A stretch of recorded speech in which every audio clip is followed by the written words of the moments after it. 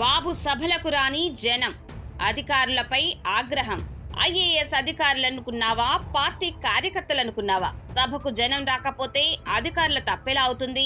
IAS పై చంద్రబాబు తీరుపై BCY party ఆగ్రహం. IAS అధికారులు ఎవరికి జవాబుదారీ? రాజకీయ నాయకులకా, లేదా పదవులు అనుభవిస్తున్న వారికా? కాదు, ఒక్క చీఫ్ సెక్రటరీకి మాత్రమే వారు సమాధానం చెప్పాలి. జీతాలు ఇచ్చేది, పర్మిషన్లు, ప్రమోషన్లు ఇచ్చేది చీఫ్ సెక్రటరీ మాత్రమే.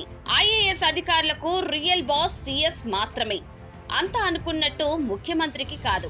కాకపోతే ప్రభుత్వాధినేతగా ఓ కీలక స్థానంలో కూర్చున్నారు కాబట్టి, ముఖ్యమంత్రి పక్కనే చీఫ్ సెక్రటరీ కూర్చుని ఉంటారు కాబట్టి ఆయనపై రెస్పెక్ట్ తో సీఎం ఇచ్చే ఆదేశాలను పాటిస్తుంటారు.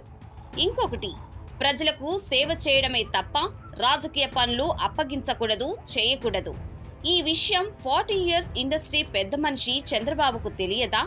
సభకు జనాన్ని తీసుకురాలేదని చెప్పి నిండు సభలో ఒక ఐఏఎస్ అధికారిని పట్టుకొని పరువు తీస్తారా?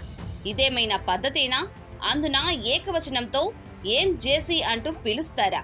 మీ రాజకీయ సభలకు జన్ రాకపోతే అది అధికారుల తప్ప? విధుల్లో అలసత్వం ఉందా? ప్రశ్నించండి ఐఏఎస్ అధికారులని. తప్పులేదు అందులో. పేదలకు అందాల్సిన పథకాలు సరిగ్గా అందడం లేదా? పిలిచి అడగండి, చర్యలు తీసుకోండి.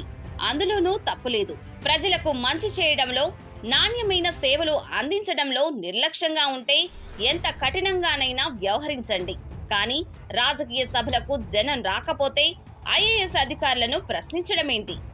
ఇప్పటికీ తమ రాజకీయ కక్ష సాధింపులకు ఐఏఎస్, ఐపీఎస్, ఐఆర్ఎస్ అధికారులను వాడుకుంటున్నారు. మరొకరు అధికారంలోకి రాగానే అలాంటి అధికారులను ముప్పు తిప్పలు పెడుతూ, కేసులు బనాయిస్తూ జైళ్లకు పంపుతున్నారు. అత్యున్నతమైన పరీక్షల ద్వారా, కఠిన శిక్షణ ద్వారా ఎంపికైన వారిని తీసుకొచ్చి ప్రభుత్వానికి అప్పగిస్తే వారితో చేయించాల్సిన పనులు ఇవా? అలాంటి వాళ్లను రాజకీయ కక్షలో భాగంగా జైళ్లకు పంపిస్తారా? ఇందుకు వైఎస్ జగన్ కూడా మినహాయింపు కాదు. తన కారణంగా జైళ్లలో మగ్గిన ఐఏఎస్ అధికారులు ఉన్నారు. ఎంతో భవిష్యత్తు ఉన్నవాళ్లు, కేంద్ర సర్వీసుల్లో సెక్రటరీ పోస్టులకు ఎదగాల్సిన వాళ్లు పేరు, పరువు, ప్రతిష్టలు కోల్పోయి జైళ్లలో కూర్చున్నారు.